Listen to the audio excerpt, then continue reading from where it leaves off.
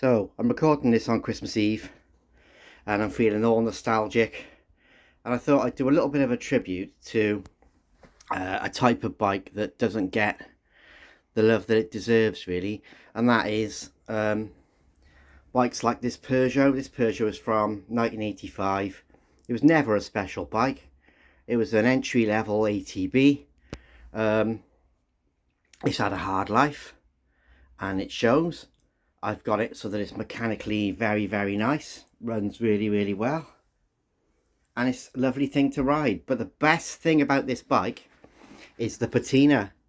Now, not every bike, there are some, but not every bike needs to be restored and repainted and made to look like it's brand spanking new.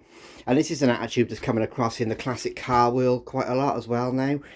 People are more interested in survivor vehicles that have had a sympathetic restoration, and this thing was a mess. Honestly, you couldn't tell what colour it was. It had been in a bush. So compared to how it came in, I have actually given it quite a lot of love. But my point is, without the patina, it would be half the bike. The patina is like the story of the bike, and some of you are going to just think I'm an idiot. If you don't get it, that's fine. You know, and I see a place for restored bikes, absolutely, and I've restored bikes myself, but not everything has to be perfect. You know, this here, look at the fork, right? I wouldn't change that. I would never change it. The decals have got indentations on them and marks on them. There's a little bit of paint fade. All the important stuff's still there. Saddle's all faded. I'd never to put a brand spanking shiny new saddle on there would just ruin the whole look of the bike. You know, it's just got character. And if you restore everything, there's nothing left that's real, nothing left that's to tell the stories anymore. So with bikes like this, you know, like I say, it's not a high value bike. Got some lovely parts on it, by the way. But some VX there.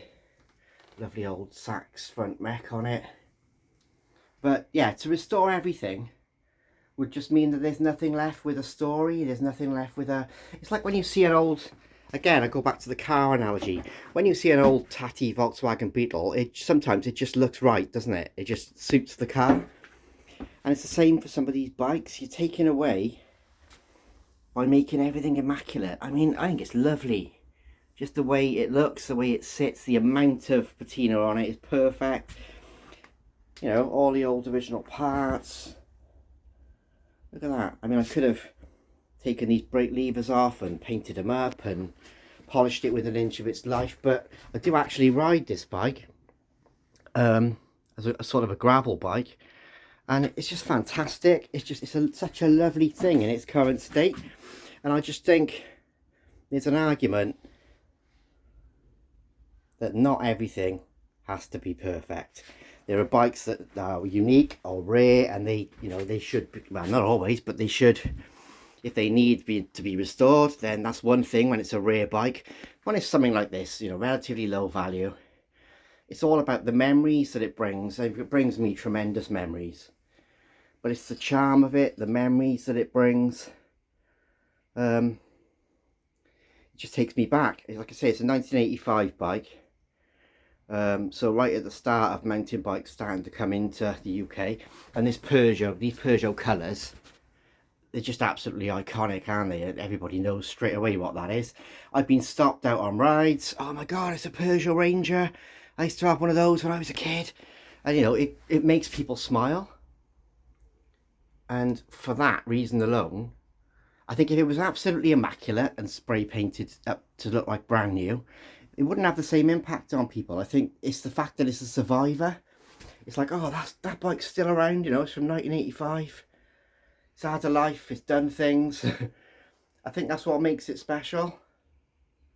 And like, you know, some of you are really not going to get this, but I'm hoping some of you are seeing what I'm saying. There's a beauty in it, as it stands, that would almost be diminished by restoring it. So yeah, next time you've got to find a bit of a tatty old bike and you're thinking of doing a resto, maybe just get it mechanically good, you know, deal with any rust that needs dealing with sympathetically, and just enjoy it, and just remember, you know, use it as a tool, as a useful thing, rather than making it into. And the other thing is, once you've restored a bike, you won't ride it, because then it becomes precious and it becomes something that goes on a wall.